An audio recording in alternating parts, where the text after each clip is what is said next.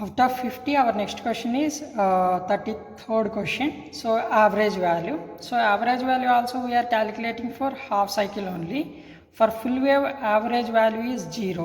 Okay. Definition for that: the average value of all the instantaneous values of an alternating voltage and currents over one complete cycle is called as a average value.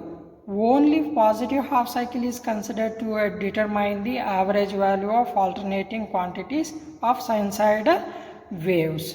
Okay, so here you can observe in diagram we have taken 1, 2, 3, 4, 5 number of iterations, 5 number of current amplitudes we have taken for positive half cycle. So that one we can consider in this particular formula. So I1, I2, I3, I4, I5 by 5.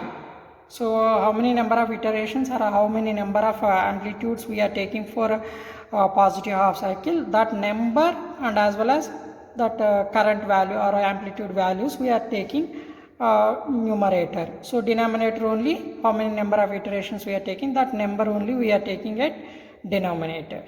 Okay, this is the average value.